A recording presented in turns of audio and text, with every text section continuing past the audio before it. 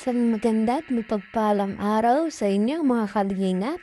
At eto na nga, tambarang Edbri, tuloy na. At guys, kay Rab at Kuya Bab, todo ang support sa dalawa. Grabe talaga, no?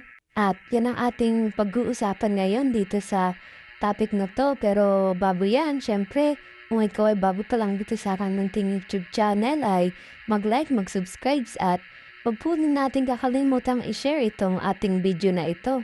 At tumako na nga tayo dito sa ating usaping ito, no? At ito ay isang magandang balita para sa ating mga supporters ng EDBRI. At yan nga mga kalingap, ito na ang pinakahihintay ng mga supporters nitong sina Bridget at Kalingap Edu. Ano po, dahil nga ay itong love team nila ay talagang tuloy na at parang wala na talaga makakapigil dahil nga ito ay talaga suportado nila Kalingap Rab at ni Kuya Bal pa, 'di ba? Napakagaling talaga. So bali yun nga mga kalingap, ano po, talagang hindi na mapipigilan ang bagong tambalan ng Edu at Bridget, no?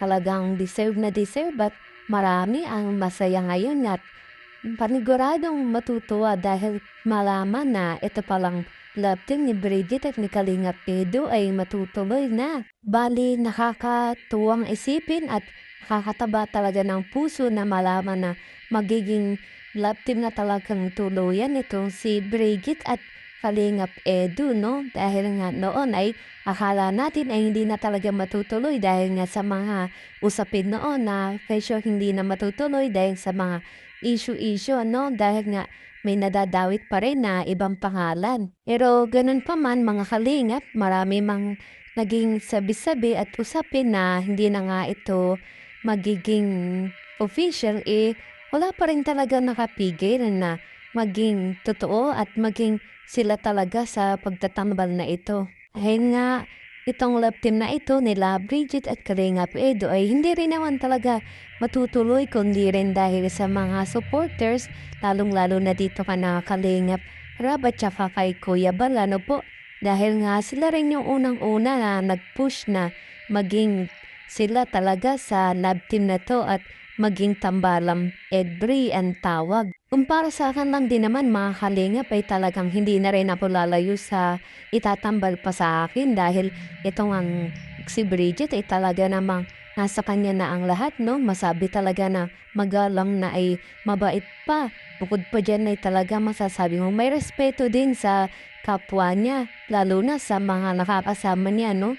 Araw-araw, patulad na lang dito kay Nakalingap Rab, talaga namang masasabi mo lahat kanyang igagalang, no? Dahil nga ito rin ay sila lang din naman talaga yung tumutulong sa kanya Kaya dapat lang din naman talaga siguro na ayun ang maging supli sa lahat ng effort ni Kalingap Rab dahil nga siya ay ginawa nitong beneficiary at saka nagustuhan din siya ng mga sponsor. Kaya sa palagay ko na may deserve din talaga ni Bridget ang lahat ng blessing niya ngayon, lalo na at natutupad na unti-unti yung mga pangarap niya noon dahil nga dito sa pagiging team niya sa Kalingap, lalo-lalo na si Kalingap Rab, ito pa ang naghahawak sa kanya.